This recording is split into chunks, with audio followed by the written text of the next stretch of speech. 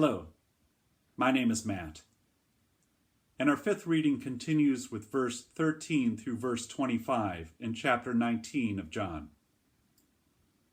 When Pilate heard these words, he brought Jesus outside and sat on the judge's bench at a place called the Stone Pavement, or in Hebrew, Gabbatha.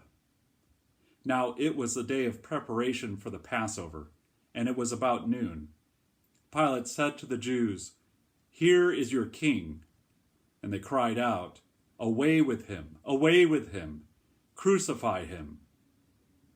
Pilate asked them, "Shall I crucify your king?" The chief priest answered, "We have no king but the emperor." Then Pilate handed him over to them to be crucified.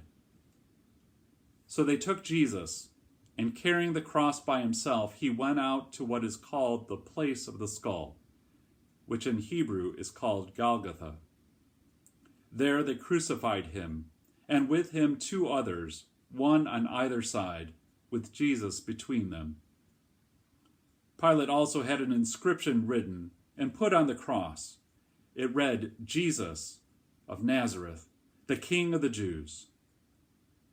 Many of the Jews read this inscription because the place where Jesus was crucified was near the city, and it was written in Hebrew, in Latin, and in Greek.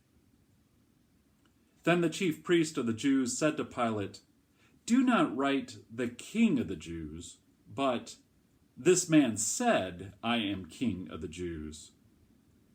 Pilate answered, "What I have written, I have written." When the soldiers had crucified Jesus, they took his clothes and they divided them into 4 parts, one for each soldier. They also took his tunic. Now the tunic was seamless, woven in one piece from the top. So they said to one another, "Let us not tear it, but cast lots for it to see who will get it." This was to fulfill what the scripture says, "They divided my clothes among themselves, and for my clothing they cast lots." And that is what the soldiers did.